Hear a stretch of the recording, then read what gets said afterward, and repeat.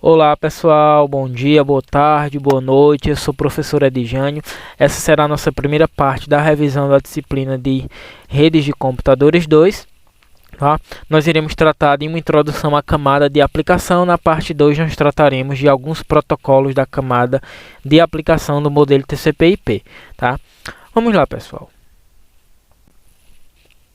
Aplicações de rede, tá, são a razão de ser das redes, uma vez que não existiria a necessidade de termos uma rede, de termos uma série de protocolos, de equipamentos de rede, de sistemas de cabeamento de rede, sem que existissem uma função para isso. E essa função se dá através das aplicações de rede, certo? E essas aplicações, elas funcionam em cima dessa estrutura de rede, tá, a qual foi preparada especificamente para suportar essas aplicações, certo? E desde o surgimento aí da internet, tá, na década de 90, diversas aplicações foram desenvolvidas, milhares delas, tá?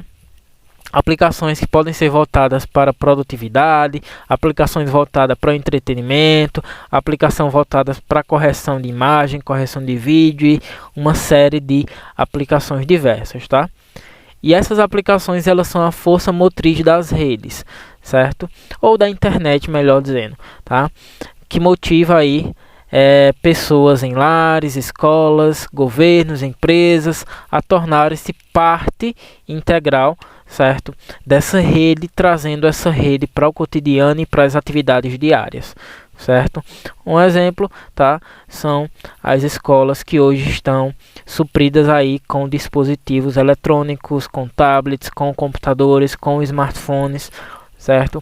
Para melhorar o processo de aprendizagem, tá? Outro exemplo são as empresas que hoje dificilmente conseguem funcionar sem computadores, sem aplicações de rede social, tá? Para a realização de marketing, certo? Existem os sistemas de controle de estoque, de emissão de nota fiscal. Então, as redes e as aplicações de rede são essenciais atualmente, certo?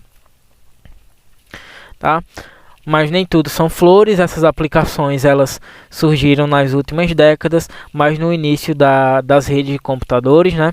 Lá em 1969, tá? Onde surgiu a primeira rede de computadores, a ARPANET, e nós não tínhamos aplicações diversificadas, tá? Basicamente o que nós tínhamos era o que? Era correio eletrônico, serviço de e-mail, tá? Acesso remoto, onde um usuário conseguia acessar outro computador e arquivos à distância, bem como também transferência de arquivos, certo? Já na década de 90 surgiu a World Wide Web, certo? Tecnologia criada aí por Tim Berners-Lee, certo? E essa tecnologia permitiu que aplicações migrassem para a internet e fossem acessadas à distância, certo?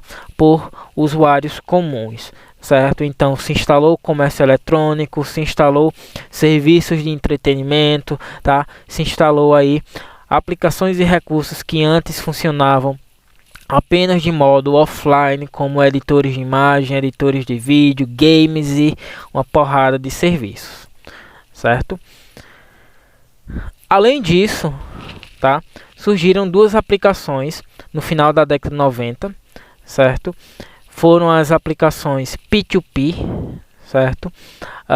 Onde essa aplicação, ela possibilita a transferência de arquivos entre computadores comuns, formando ali uma rede interligada, onde ora um computador pode ser cliente, ora um computador pode ser servidor, e assim existe a troca de arquivos. Nós não temos um servidor central. Um exemplo simples desse tipo de estrutura é a rede Torrent, tá? Que oferece aí a transferência e compartilhamento de arquivos sem possuir um servidor central, tá? Outras aplicações que surgiram foram as aplicações de mensagens instantâneas, certo? Que são aplicações que permitem que as pessoas se comuniquem umas com as outras utilizando aí serviço de rede, tá? Hoje nós temos o WhatsApp, certo? Nós temos as redes sociais que permitem o envio e recebimento de mensagem, nós temos chats, nós temos as mensagens telefônicas, tá? São exemplos aí de serviços de mensagens instantâneas, certo? A partir de 2000, certo? Existe uma explosão aí dessas tecnologias, certo? Surgiram aí as aplicações de streaming, de voz, tá? De vídeo, de compartilhamento de recursos, tá? Nós temos aí VoIP, Voice over IP, tá? Que é a capacidade de você falar com outra pessoa utilizando a rede digital para isso. Um exemplo aí são as videoconferências via internet, tá? São os aplicativos de reunião online, como o Zoom, como o Google Meet, tá? Como o Webex, certo? Surgiu o Skype também, surgiu aí aplicações de vídeo por stream, como YouTube, como Netflix, Amazon Prime, etc. Certo? E mais recentemente, né, estão explodindo aí as redes sociais, Facebook, WhatsApp, Instagram, certo? São redes aí que permitem com que as pessoas compartilhem dados do seu cotidiano e muitas vezes podem ser usadas também para finalidades comerciais, tá? E todos esses serviços citados aqui funcionam em cima de uma estrutura, tá, de redes de computadores, estrutura de equipamento, de cabeamento, de protocolos e de softwares, tá? Graças a essa estrutura que aplicações foram desenvolvidas e funcionam e trazem serviços ótimos para a gente hoje. E quais são os princípios de aplicações de rede? Tá? Os programas de rede do usuário, ao serem desenvolvidos, eles rodam, tá, em sistemas finais diferentes. Eles podem rodar, por exemplo, em um servidor, tá, e em um cliente, podem rodar em um computador, em um smartphone, podem rodar em um carro conectado à internet, certo? Então, os sistemas desenvolvidos, eles rodam sobre estrutura de rede, mas eles podem ser instalados em sistemas ou dispositivos finais diferentes, tá? Um exemplo aí é a web, certo? Na web nós temos dois componentes, tá? Um hospedeiro, que é o dispositivo cliente, pode ser um computador, um tablet, um smartphone, que executa ali uma operação de algum tipo de aplicação, certo? E essa aplicação ela vai buscar dados na internet em um servidor web, tá? Por exemplo, o acesso a um site via navegador web do smartphone, tá? Aquele navegador ele vai fazer uma requisição a um servidor web para aquele servidor devolver ali os recursos daquele site, as imagens, os vídeos daquele site, o texto e etc. Tá, um exemplo, certo? Dispositivos conectados a um servidor, possibilitando aí que dados sejam acessados no servidor, certo? Os clientes fazem a requisição enquanto o servidor devolve os recursos solicitados, tá? Outro exemplo é o sistema de compartilhamento de arquivo P2P, onde nós não temos um servidor fixo. Ora, o dispositivo pode ser cliente, ora ele pode ser servidor, vai depender da necessidade dos dispositivos naquele momento, tá? Um exemplo aqui de uma rede P2P, os computadores estão conectados entre si, tá? Qualquer um desses computadores pode ter um arquivo e compartilhar esse arquivo. Quando o computador solicita um arquivo, ele passa a ser cliente. Quando o computador disponibiliza um arquivo, ele passa a ser um servidor, tá? E o desenvolvimento dessas aplicações ocorre através de algum tipo de linguagem de programação, certo? Nós temos alguns exemplos como C, C++, Java, Python, tá?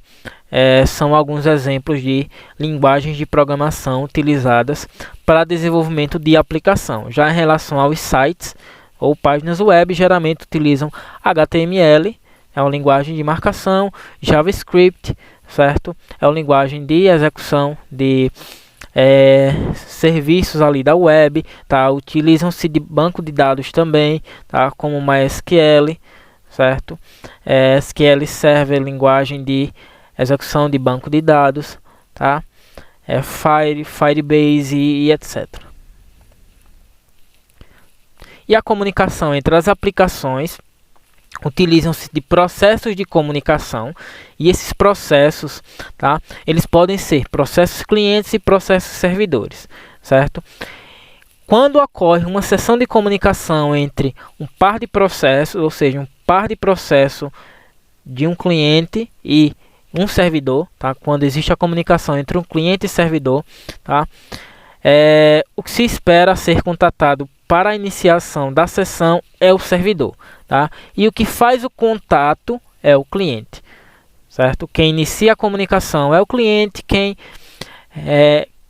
disponibiliza ali alguma informação ou reage à comunicação é o servidor, tá? Na web, por exemplo, um processador do navegador, ele inicia contato com o processo servidor web.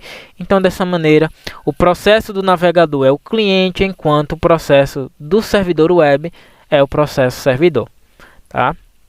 Já no compartilhamento P2P, quando um processo A solicita alguma informação, algum arquivo ao processo B, certo?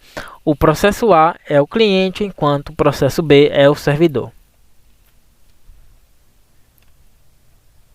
Tá? E qualquer mensagem de determinada aplicação de rede enviada de um processo para outro deve passar pela rede subjacente, ou seja, por todas as camadas do modelo de aplicação, do modelo de rede TCP/IP, tá? Composto ali por 4 camadas, né? Camada de aplicação, camada de transporte, camada de internet e camada de acesso à rede, tá?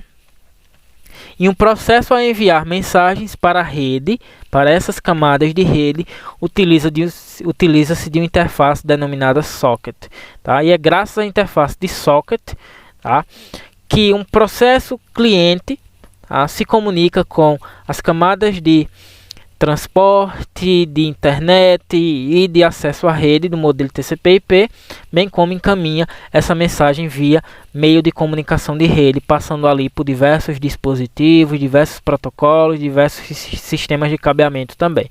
Tá? Do outro lado da rede acontece o inverso, né? A interface de socket vai ser a comunicação entre as camadas, tá, até a aplicação do servidor, certo? É graças à interface de socket que existe a comunicação entre cliente e servidor, tá? Uma vez que essa camada permite que um processo se comunique com a rede subjacente, tá? E esses processos de rede eles se comunicam entre si, enviando mensagens para dentro de sockets, certo? E como essas mensagens são estruturadas, tá? Depende do protocolo a ser utilizado, tá? Cada protocolo ali tem um tipo de mensagem a ser trocada, tem uma sintaxe das mensagens que são ali adicionadas àquele escopo, tá? A semântica dos campos daquela mensagem, tá? As regras para determinar como um processo envia mensagens e responde aquelas mensagens, tá? Então vai depender de cada um dos protocolos a ser utilizado, tá? E esses protocolos da internet, certo? Eles são mantidos e especificados por RFCs. Esses RFCs, na verdade, são os Request for Comments, tá? E são desenvolvidos pelo IETF, tá? IETF é Internet Engine Task Force, tá? É uma instituição aí global com membros do mundo inteiro, e esses membros eles trabalham para desenvolver tecnologia para a internet, tá? Para desenvolver protocolos, linguagens de marcação, de programação e etc, tá? Exemplo aí, servidores web são descritos em RFCs, tá? HTTP é descrito em RFC, HTTPS são descritos em RFCs, tá? E existem também, esses protocolos são públicos, lembrando, tá? Mas existem os protocolos proprietários, né? Como o protocolo da Skype, como protocolos de aplicações pagas e proprietárias, certo? É isso, nossa primeira parte da revisão. Espero que tenham compreendido. Bons estudos, tá? Até daqui a pouco.